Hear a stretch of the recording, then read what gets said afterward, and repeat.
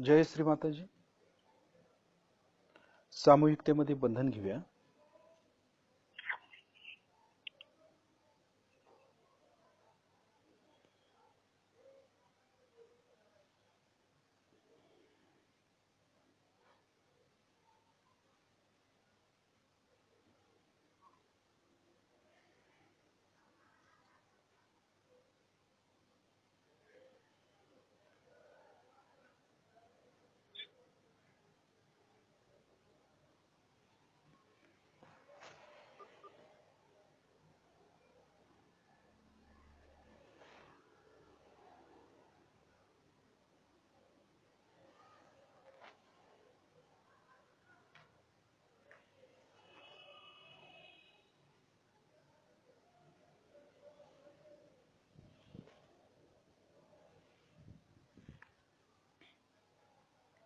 आपले दोन्ही हात श्री मातांच्याकडे.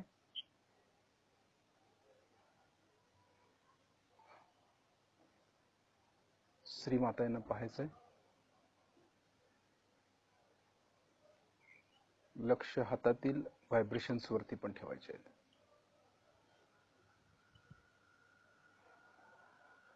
अगदी प्रसन्न चित्तानं आपण श्री मातांना बघायचंय.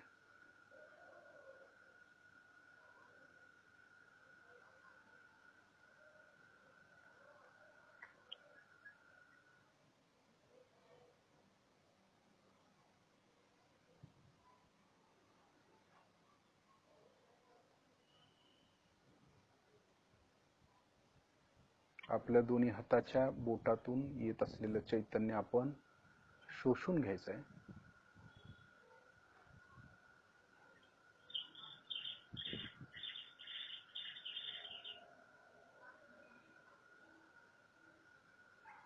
श्री मातांना पाहत पाहत चैतन्य खेचून घ्यायचंय आपण.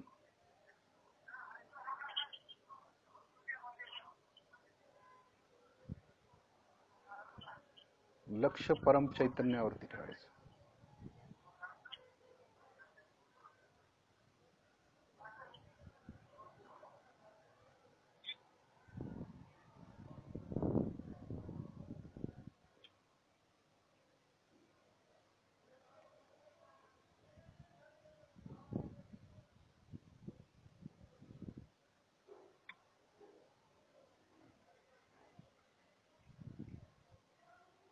श्री माताजी, आपण साक्षात श्री आदिशक्ती आहात.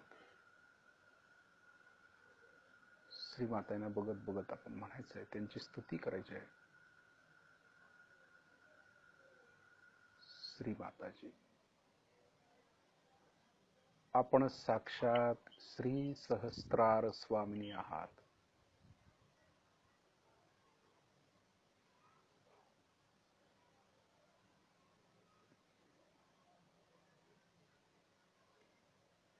आपल्या दोन्ही हाताच्या बोटांच्या वरती ज्या व्हायब्रेशन्स आपल्याला जाणवत आहेत ते आपण शोषून घ्यायचे आहेत. तसंच दोन्ही हाताच्या तळव्यावरती देखील आपण लक्ष द्यायचं आहे. बघायचंय श्री मातांच्याकडे.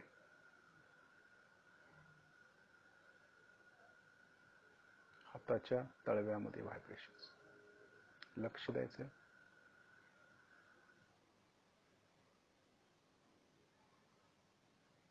आपल्या दोन्ही हाताच्या तळव्यामधून जी काय जाणीव होत्या ती पण आपण घ्यायची आहे. म्हणजे व्हायब्रेशन्स बाहेर पडत असल्याची जाणीव आपल्याला होईल. तळव्यातून आणि ह्या 5ही बोटातून 10ही बोटातून आपल्याला चैतन्य आत येत असल्याचं जाणवेल.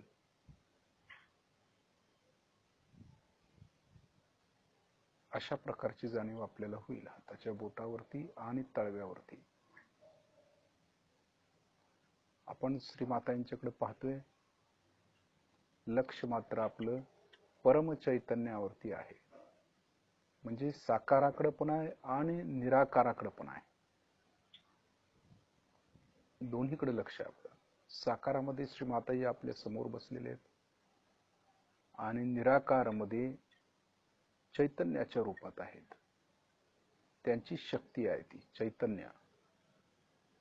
हाताच्या बोटातून चैतन्य आल्यासारखं आपल्याला जाणवेल. आतमध्ये खेचून घ्यायचंय आपण आणि तळव्याद्वारे दोन्ही हाताचे जे तळवे आहेत तिथून ते बाहेर पडल्यासारखं आपल्याला जाणवतील.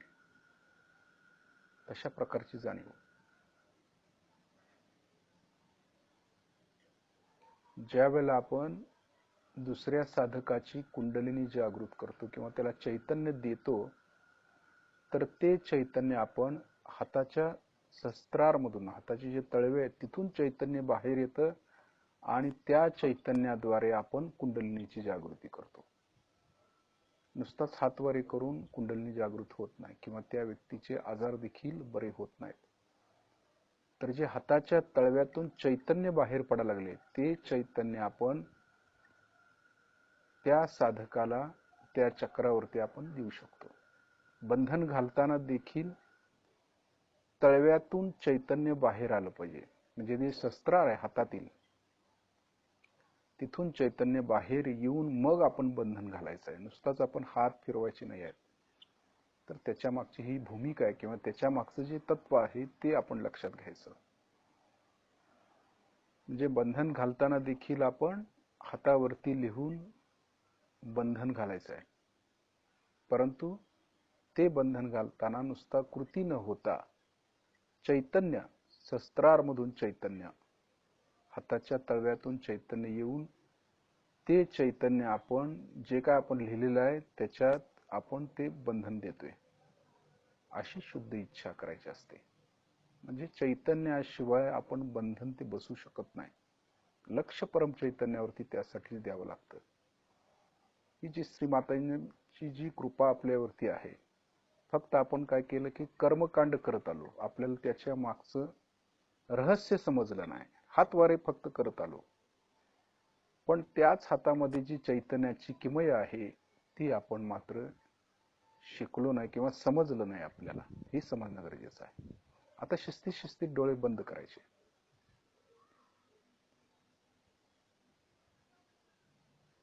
आता फक्त हाताच्या बोटांच्या वरती चैतन्य आपण खेचून घेतोय आणि शस्त्रारमधून म्हणजे हाताच्या तळव्यातून ते बाहेर पडतात. इकडे लक्ष आपण केंद्रित करायचं. आता डोळे बंद करून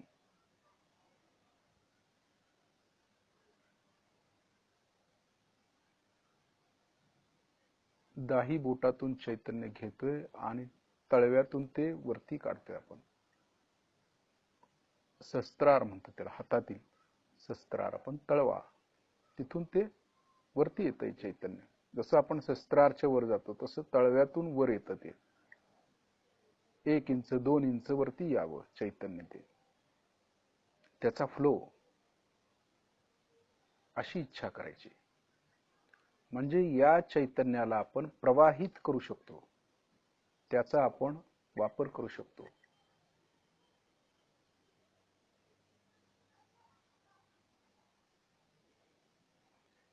हे करत असताना लक्ष आपलं हळूच शस्त्रार चक्रामध्ये ठेवायचा प्रयत्न करायचा आहे. शस्त्रार मधली पण हालचाल आपल्याला जाणवते का बघायचं. हे करत असताना लक्ष हाताच्या तळव्याकडे पण पाहिजे आणि डोक्याच्या टाळूवरती तिथं पण जाणवते का बघायचं सहज मध्ये एकाच वेळेला. कारण जी स्थिती आपली हातावरती असते तीच टाळूवरती पण असते.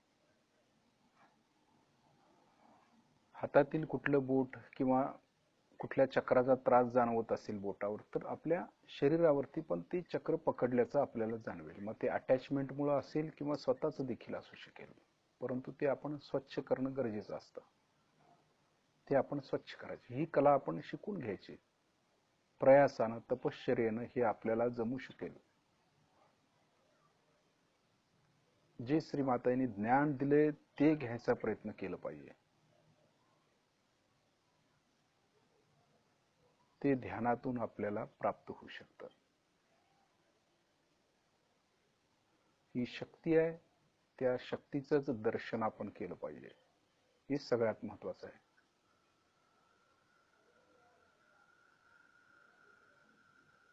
केवळ कर्मकांड करून आपल्याला सहजयोगाचं ज्ञान होणार नाही.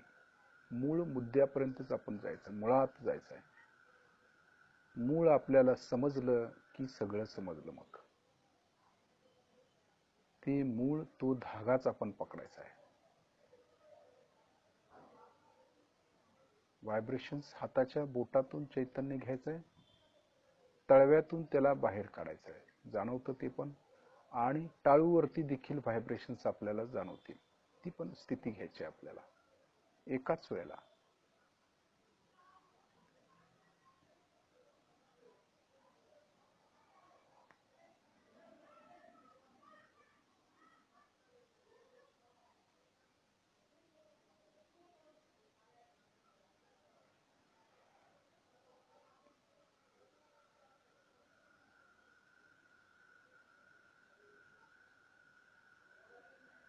हातामध्ये पण चैतन्य खेळतं. हाताची जी गुंफण करतो आपण बंधन घेताना किंवा बंधन घालताना किंवा कुठलीही गोष्ट व्हायब्रेट करताना, नुसताच हात धरायचे नाही आहेत आपल्याला. समजा अन्न आहे आपल्यासमोर किंवा जल आहे, पाणी आहे, तर आपण डावा हात श्रीमातांच्याकडे आणि उजवा हात त्या जलावरती धरतो नुसता. तसं करायचं नाही आहे. धरायचं आहे बरोबर आहे, हात तर म्हणजे माध्यम आहे, माध्यमाकडे लक्ष द्यायचं नाही आपल्याला, चैतन्याकडे लक्ष द्यायचं आहे. हे महत्वाचं आहे. श्रीमातांच्याकडे लक्ष असलं पाहिजे. माध्यमाकडे लक्ष असून काही उपयोग होत नाही त्याचा. वायरीकडे लक्ष असून उपयोग नाही. त्यामध्ये वाहणारं जे चैतन्य किंवा वीज आहे तिकडे लक्ष पाहिजे आपलं. जो हात आपण वर धरतो तो तळव्यातून चैतन्य बाहेर येऊन त्या पाण्यामध्ये गेलं पाहिजे अशी इच्छा करायची आहे. म्हणजे ते व्हायब्रेट झालं. मग पाणी ज्या वेळेला चैतन्य जातं परत व्हायब्रेट झाले की नाही कसं ओळखायचं, तर रिटर्न व्हायब्रेशन्स आपल्याला हाताच्या बोटावरती येतात. ही प्रक्रिया आहे. ही प्रक्रिया आपण समजून घ्यायची. नुसताच हात धरायचे नाहीत. अन्नावरती आपण हात धरतो आणि अन्नपूर्णाचा मंत्र म्हणतो, ते बरोबरच आहे, पण ती कृती झाली, कर्मकांड झाली. यामध्ये चैतन्य कुठे आहे? चैतन्य पाहिजे ना. आपण हात धरतो त्यावेळेला तळव्यातून चैतन्य त्या अन्नाला देतो. दोन्ही हाताच्या बोट तळव्यातून पण येऊ शकतं. आणि ते व्हायब्रेट झाले की नाही कसं ओळखायचं, तर बोटावरनं लगेच व्हायब्रेशन्स आपल्याला आतमध्ये येत आहेत, खेचून घेतल्यासारखं, म्हणजे ते व्हायब्रेट झालं. ही पद्धत आपण लक्षात ठेवायची. चैतन्यमय करण्यासाठी पाणी असू दे, अन्न असू दे, किंवा बंधन घालताना देखील आपण ही पद्धत वापरू शकतो.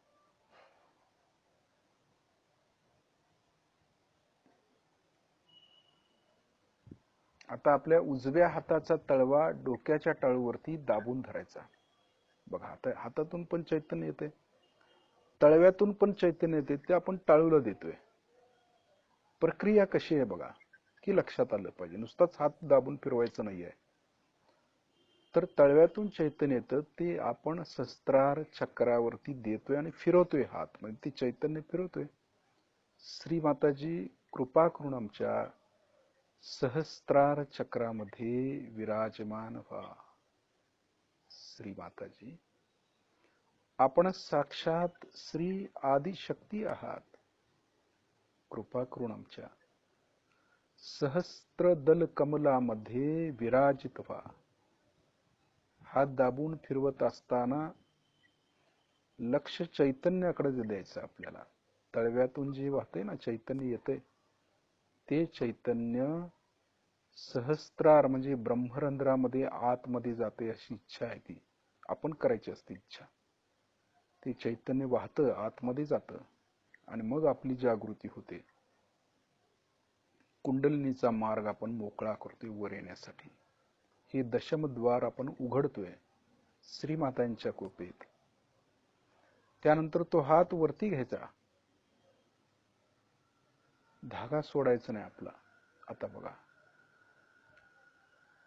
सहस्त्रार मधून आपल्याला प्रचंड वेगानं चैतन्य वरती येत असल्याचं जाणवेल. हात मागे पुढे गोल वर खाली करून बघायचंय तळव्यात. टाळूतून आपल्याला जाणवतं का? अगदी ट्रिमेंडस व्हायब्रेशन्स वरती येतात. व्हायला लागतो फ्लो, कनेक्शन जुळवलं जातं आपलं. फक्त आपण आता वर आलो, पार झालो म्हणायचं त्याला. आता शस्त्रारच्या वर आलो म्हणजे पार झालो. दोन्ही हात श्रीमातांच्याकडे. थोडस ताट बसून लक्ष आपलं सहस्त्रारच्या वरती येते का पाहायचं. आपली कुंडलिनी सहस्त्रारचं भेदन करून वर आली का बघायची. सहज मध्ये अगदी अगदी जोरदारपणे ती वर येते. कारण पहिल्यापासूनच लक्ष आपलं परम चैतन्यावरती आहे. माध्यम हा देह आहे, माध्यमाकडे लक्ष द्यायचं नाही. कधी कधी पण लक्षात ठेवा, चैतन्याकडेच लक्ष पाहिजे, श्रीमातांच्याकडे लक्ष पाहिजे. माध्यम कुणीही असू शकतो, सहयोगी. सहयोगी महत्वाचा नाही, चैतन्य त्यातून वाहणारे जे चैतन्य म्हणजे श्रीमाता जे आहेत त्या महत्वाच्या आहेत आपल्याला. आणि त्यांच्या कृपेमुळं सगळं घडते. हा पक्का विश्वास आपण ठेवायचा कधी पण. लक्ष सहस्त्रारच्या वरती.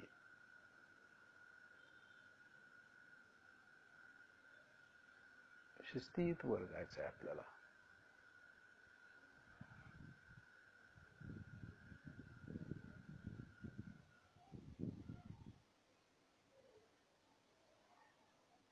वरच्या बाजूला स्थिर करायचं चित्त आपलं. काही विचार नाही, काही नाही, काही नाही, फक्त चैतन्य वाहते. हाताकडे लक्ष दिला, हातातून वाहते. तळव्यात लक्ष दिला, तळव्यातून चैतन्य येते बाहेर. सहस्त्रार, सहस्त्रारच्या वरती लक्ष, तिथून चैतन्य वाहते. म्हणजे जिथं जिथं चैतन्य आपल्याला जाणवणार आहे तिथून तिथून चैतन्य आपल्याला येत असल्याचं जाणवेल. परिपूर्ण एकरूपता याला म्हणायचं.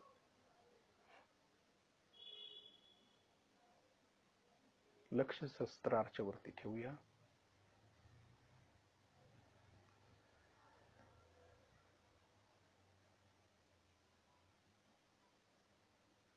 लक्ष सहस्त्रारच्या वर ठेवून लम हे बीजाक्षर आपल्याला उच्चारायचं. लम.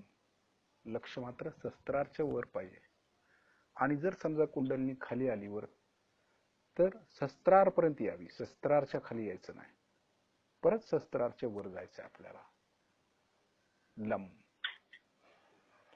लम.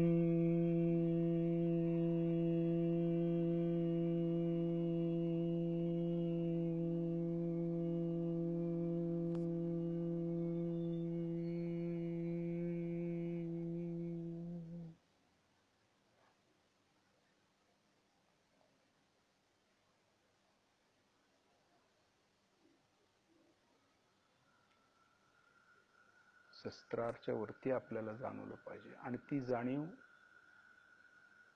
फिक्स होण्यासाठी आपण ही मंत्र म्हणतोय, बीजाक्षर म्हणतोय. ही जी वरची शक्ती केंद्र आहे ती जागृत होण्यासाठी हा प्रयास करायचा आपण. आता वम हे बीजाक्षर आपण उच्चारायचं आहे लक्ष सहस्त्रारच्या वरती ठेवून. वम वम.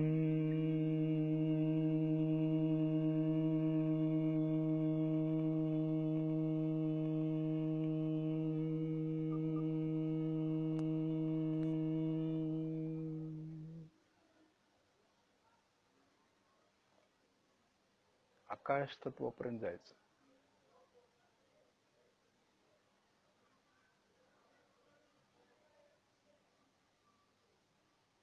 बीजाक्षर म्हणत आपण आकाश तत्वापर्यंत पोहोचायचं आहे. ही वरची चक्र आहेत. ह्या वरच्या चक्रांचं पण बीजाक्षर, या बीजाक्षरांना आपण पोहोचू शकतो तिथपर्यंत. तिथपर्यंत आपल्याला जायचं. आकाश तत्व.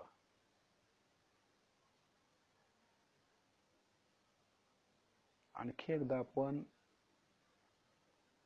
लम असं म्हणूया. लम. पण लक्ष खालून वर सहस्त्रारमधून आकाश तत्वापर्यंत जायचंय लम म्हणत. Lump lump.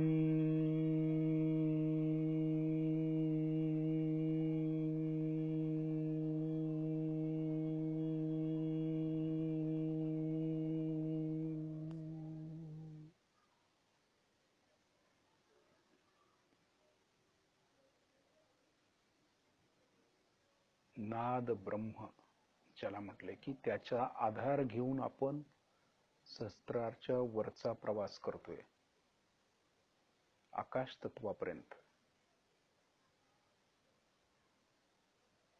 सहस्त्रारपासून आकाशापर्यंतच खेळ करायचा आहे आपल्याला आता सध्या. वम हे बीजाक्षर उच्चारत असताना आपण सहस्त्रारपासून आकाश तत्वापर्यंत शिस्तीत जायचं आहे.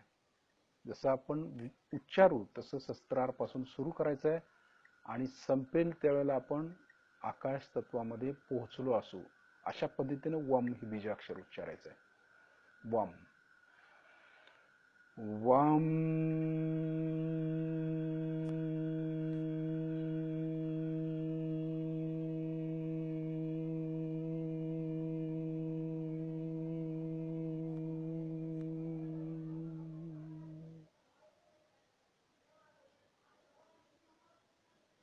आदि आणि अंत असा त्याचा अर्थ आहे. सुरुवात आणि शेवट, अल्फा ओमेगा, आदि अंत म्हटले त्याला. वरतीच आहे आपण, बीजाक्षरामुळे आपण वरती राहतो.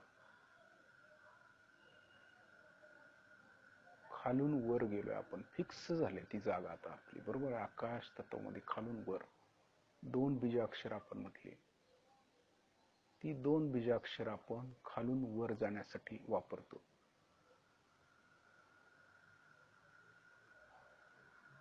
त्याच्यापेक्षाही सूक्ष्म बीजाक्षर आहे रम. रम हे बीजाक्षर उच्चारत असताना आकाश तत्वाच्या पण वरती जायचं आहे आपल्याला. जलतत्वामध्ये रम हे बीजाक्षर उच्चारताना तर ती स्थिती आपल्याला प्राप्त करायचा प्रयत्न करायचा. आपण जातोय का पाहायचा प्रयत्न करायचा आहे. आपण खालून वरपर्यंत आलोय, आकाश तत्वात स्थिर राहिलोय. तसं स्थिर राहत राहतच, बॅलन्स सांभाळतच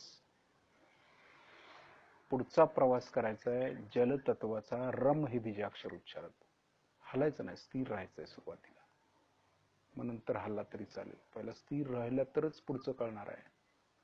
रम रम.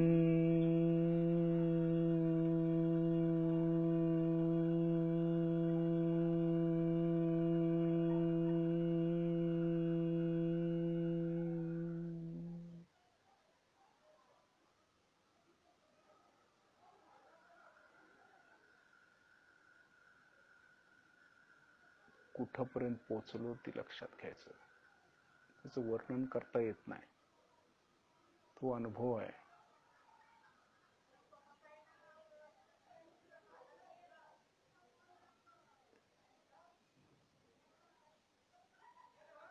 लक्ष आपलं आकाश तत्वातून वरती जलतत्वापर्यंत आहे. रम हे बीजाक्षर उच्चारताना बघा येते का, म्हणजे तेवढी उंची गाठायची आहे. आणखी एकदा आपण रम म्हणायचं आहे, परंतु आकाश तत्वातून रम असं म्हणत म्हणत म्हणत कुठपर्यंत टेकतोय जाऊन जलतत्वापर्यंत ते बघायचं आहे. आपण तो प्रवास करायचा आहे. रम रम.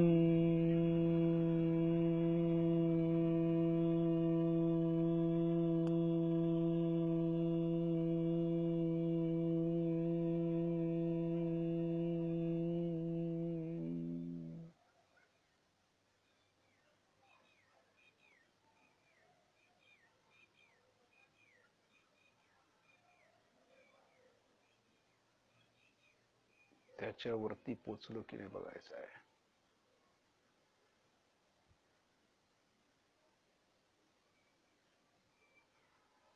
म्हणजे एक आकाश आणि दुसरं जल, 2 तत्व आपली फिक्स करायची, स्थिर करायचे चित्त त्या ठिकाणी. म्हणजे किती सूक्ष्मता, किती स्थिर बसलं पाहिजे आपण, हे लक्षात येईल आपल्या. स्थिर बसल्याशिवाय ही प्राप्त होत नाही, तपश्चर्या केल्याशिवाय मिळत नाही.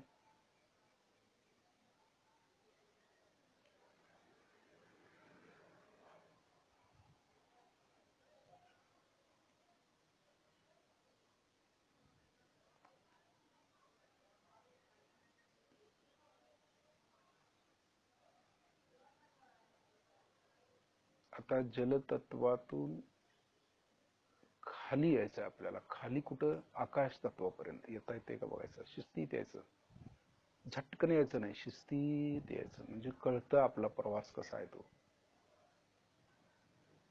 आपण किती स्थिर राहतो ती समजतं. खाली खाली आकाश तत्वात यायचं.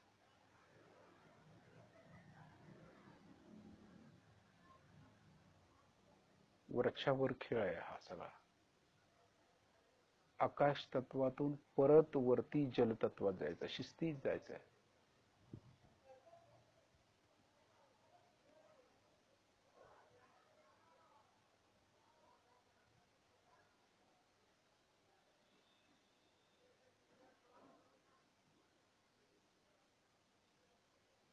आता जलतत्वाचा प्रवास आहे सगळा आपला. अनुभव काय? हातातल्या बोटामध्ये व्हायब्रेशन जलतत्वाचे यायला चालू होणार.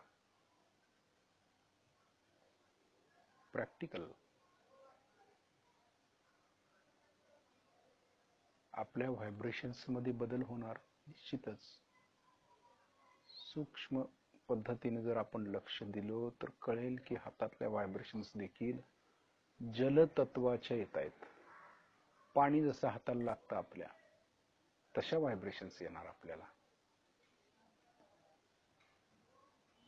आकाश तत्वापर्यंत पोचताना वायू तत्वातल्या व्हायब्रेशन्स थंडगारच येणार, परंतु वायू तत्वातले. वायू लागतो हाताला, वारं, थोडक्यात वारं. वाऱ्यात हात फिरवल्यावर कसं जाणवतं तसं. आणि जलतत्वामध्ये जसं पाण्यात आपण बोट घातल्यानंतर कसं जाणवेल हात, तशा व्हायब्रेशन्स जाणवणार. म्हणजे खरोखर पोचतोय किंवा नाही पोचतोय, काय होतंय, हे अनुभव हाताच्या चैतन्याद्वारे घ्यायचा. तेवढी सूक्ष्मता आता आपल्यामध्ये आली पाहिजे. याला प्रूफ हेच आहे चैतन्य. आणि त्याचे प्रकार लक्षात घ्यायचेत आपल्याला. चैतन्य कशा प्रकारे येते, कसं कार्य करतं, हा अभ्यास आपण स्वतः करायचा आहे.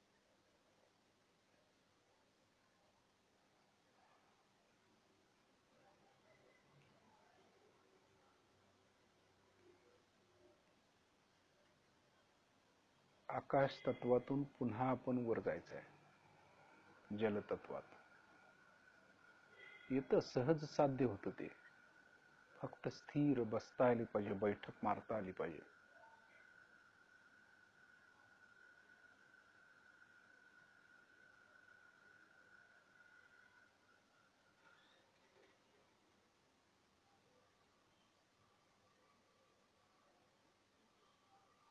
परिपूर्ण सहजयोगी होण्यासाठी या सर्व गोष्टी करायच्या आहेत.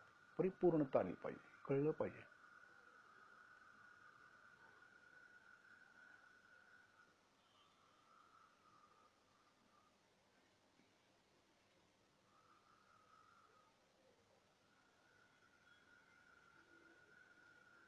आता त्याच्याही वरती जायचं सामर्थ्य आपल्यात नको आता एवढ्यात. या दोनच गोष्टीमध्ये आपण स्थिर राहावे आधी. त्याच्यावरती जाऊ शकतो, त्याच्यावरती आहे तेज. हम हे बीजाक्षर आपण उच्चारून जाऊ शकतो वर. परंतु परत स्थिर राहता येणार नाही. खालची चक्र ठीक राहायला पाहिजेत अगोदर. खाली येतो पटकन.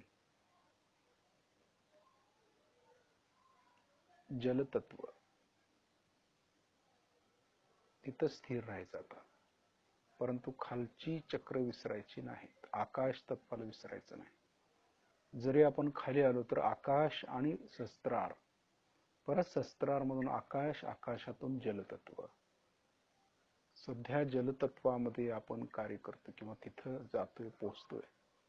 लक्ष त्या ठिकाणी ठेवून आपण एक 10 मिनिटं बसायचे, 10 ते 12 मिनिट आकाश तत्वाकडं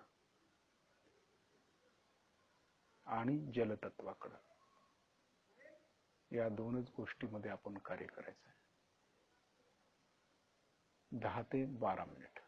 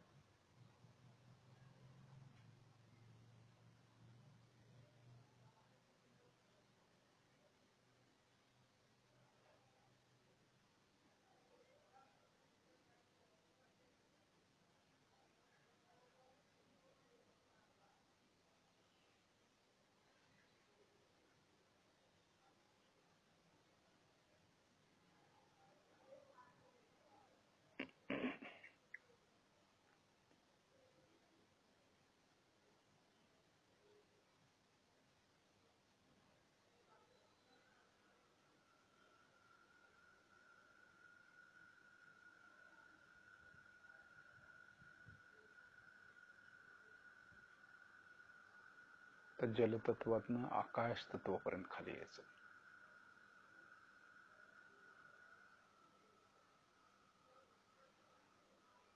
आपल्या व्हायब्रेशन्स मध्ये किती बदल पडतो लगेच लक्षात घ्यायचं आपण.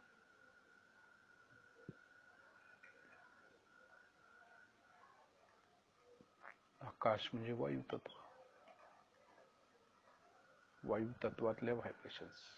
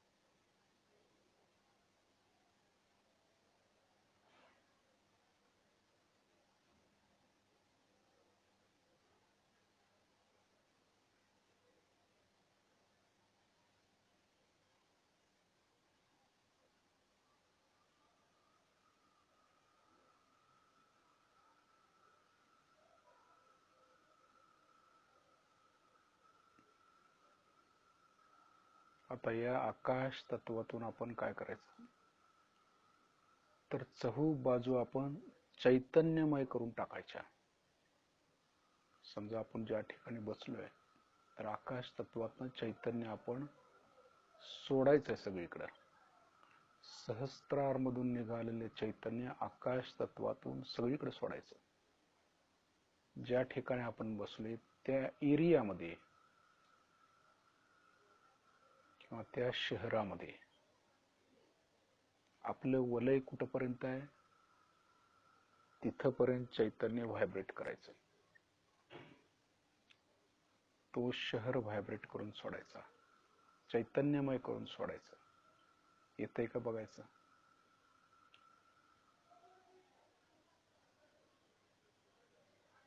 अगदी सूक्ष्मातली गोष्ट आहे, अगदी स्थिर बसून ह्या गोष्टी करायच्या असतात. शुद्ध इच्छा, त्यासाठी इच्छा शुद्ध पाहिजे आपली. ह्या वायू तत्वातूनच हे कार्य घटित होणार आहे ना. वायू सगळीकडे आहे म्हणजे चैतन्य सगळीकडे जाऊ शकतं. सरळ गणित आहे. सगळ्या गावामध्ये चैतन्य आपण सोडू शकतो किंवा आपण जिथं बसलोय तेवढा भाग देखील आपण चैतन्यमय करू शकतो या वायू तत्वातनं, आकाश तत्वातनं. वहन मार्ग आहे तो चैतन्याचा. वहन मार्ग म्हणजे वायू, वायूतून चैतन्य येतं ना. गार हवा आली म्हणतो आपण, म्हणजे वायूतून चैतन्य आलं, हे लक्षात घ्यायचं आपण. आणि त्या तत्वातूनच चैतन्य आपण चहू बाजूनी सोडायचं. आता व्हायब्रेट करायला सुरुवात करायची. आता ज्या ठिकाणी आपण बसलोय सुरुवातीला तो एरिया संपूर्ण चैतन्यमय करायचा, सोडायच्या व्हायब्रेशन सगळीकडे तिथं. अशी इच्छा करायची की आपल्यातनं सहस्त्रारमधून निघालेलं चैतन्य आपण चहू बाजूनी व्हायब्रेट करतोय. जसे एखादी वस्तू व्हायब्रेट करतोय ना, तसं ते शहर, तसा तो एरिया व्हायब्रेट करायचा, चैतन्यमय करायचं. म्हणजे निगेटिव्हिटी निघून जाईल तिथली आणि वातावरण शुद्धी होईल. हा फरक लक्षात घ्यायचा. मग येईल तो.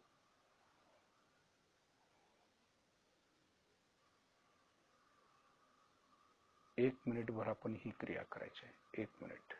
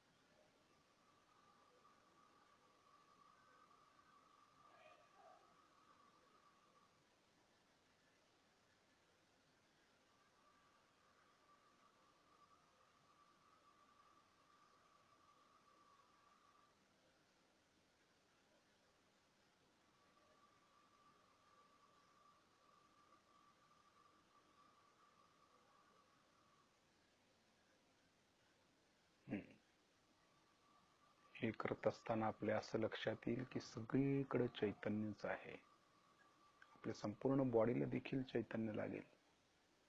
आकाश तत्व हे वहन मार्ग आहे चैतन्याचा, आणि या आकाश तत्वातून आपण कुठेही चैतन्य पाठवू शकतो आणि चैतन्य पाहू शकतो.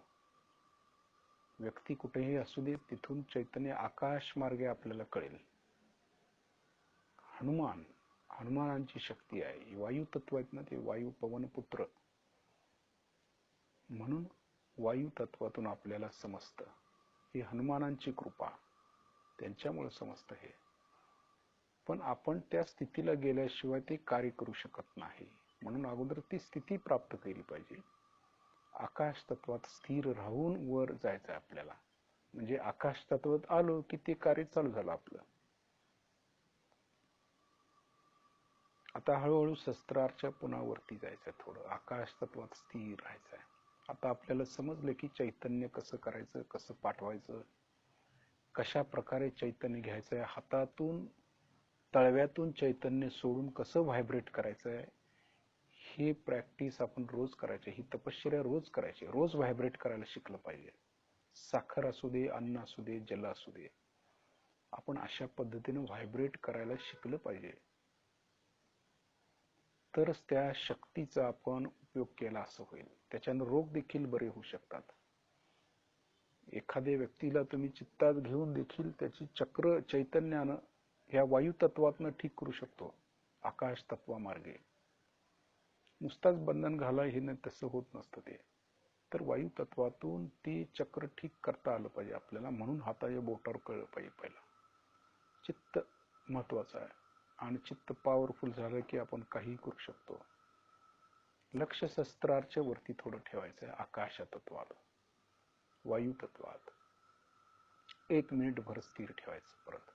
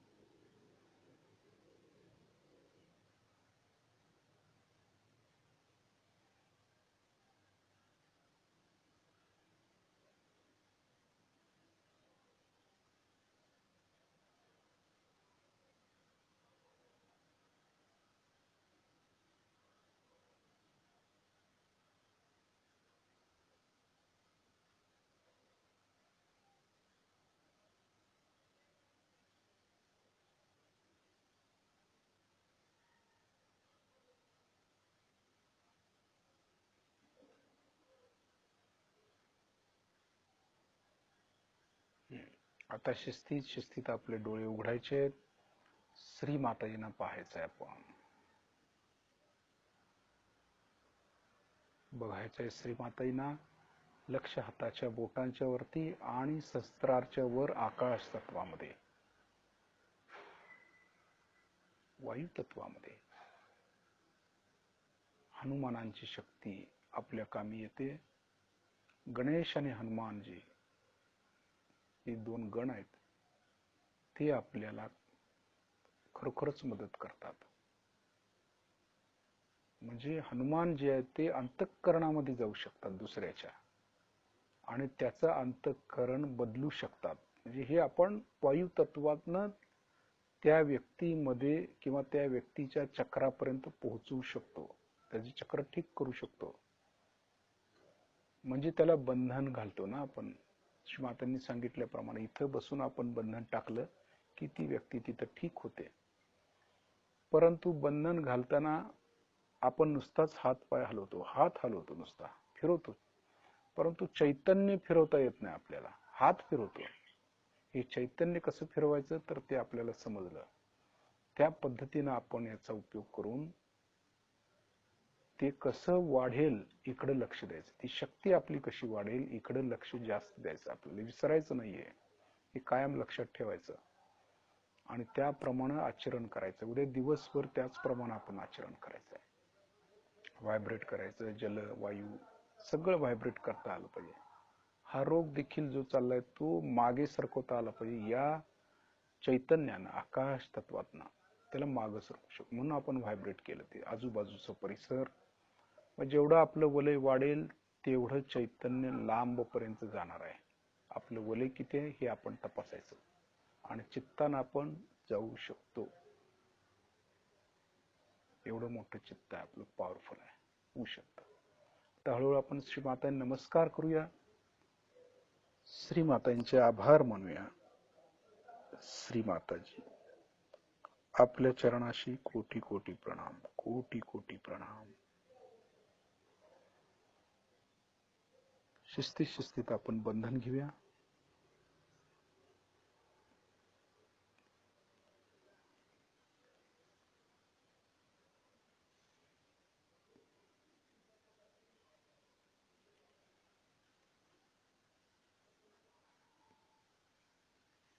आपल्या हातामध्ये चैतन्य आहे हे विसरायचं नाही. नंतर आपण शिकत जातो आणि विसरतही जातो, असं व्हायला नको. जे काही ज्ञान श्री माताई देत आहेत आपल्याला ते ग्रहण करून त्याप्रमाणे आचरण करायचं. मग पुढचा मार्ग आपल्याला समजेल. कवच घेताना देखील कवच शिस्तीत घ्यायचं आहे. चित्तानं देखील आपण कवच घेऊ शकतो आणि ते आपण रोज घ्यायचंच आहे. आपल्याला वाटलं की असुरक्षितता वाटते व कुठं बाधा ही आहे, तर चित्तानं लगेच कवच आपल्या भोवती घ्यायचं. असं जसं हाताने घेतो तसं तयार करायचं. आपल्या भोवती वलय, स्ट्रॉंग वलय तयार करायचं. कुठली बाधा, कुठला व्हायरस आतमध्ये आलाच नाही पाहिजे. जसं आपल्या आतमध्ये आला नाही पाहिजे तसं आपण आजूबाजूला देखील आतमध्ये येता उपयोगाचं नाही. अशा पद्धतीनं चित्तानं आपल्या इच्छेनं रोखता आलं पाहिजे. त्याला चित्त पॉवरफुल करायचं. उद्या दिवसभर आपण तोच प्रकार करायचा. जय श्री माताजी.